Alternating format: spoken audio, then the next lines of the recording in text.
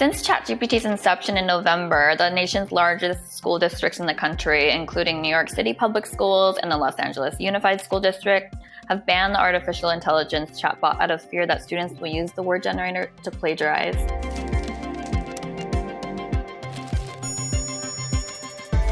So ChatGPT is a tool that you can quickly use and ask a question and it'll respond back. It's almost like a chatbot that generates a paragraph response. So say you're writing an essay on aerospace, you can ask it a question and then it'll generate a response.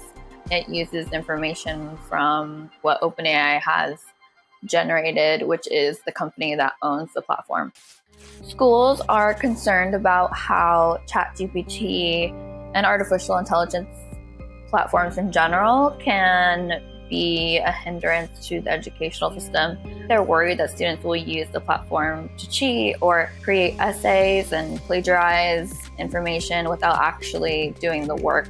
There are some concerns over how assessments are created. One person told me yesterday that if something like artificial intelligence can pass them, then maybe we're going to have to make changes to the educational system in terms of tests and assessments.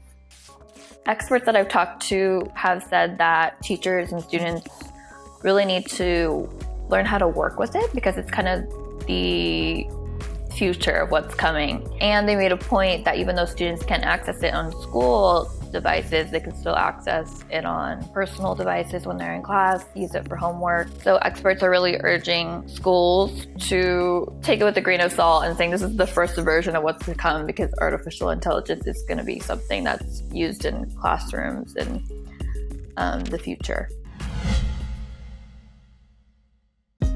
Hey, thanks for watching. If you like this video, check out these other videos from USA Today to stay up to date with all the latest news.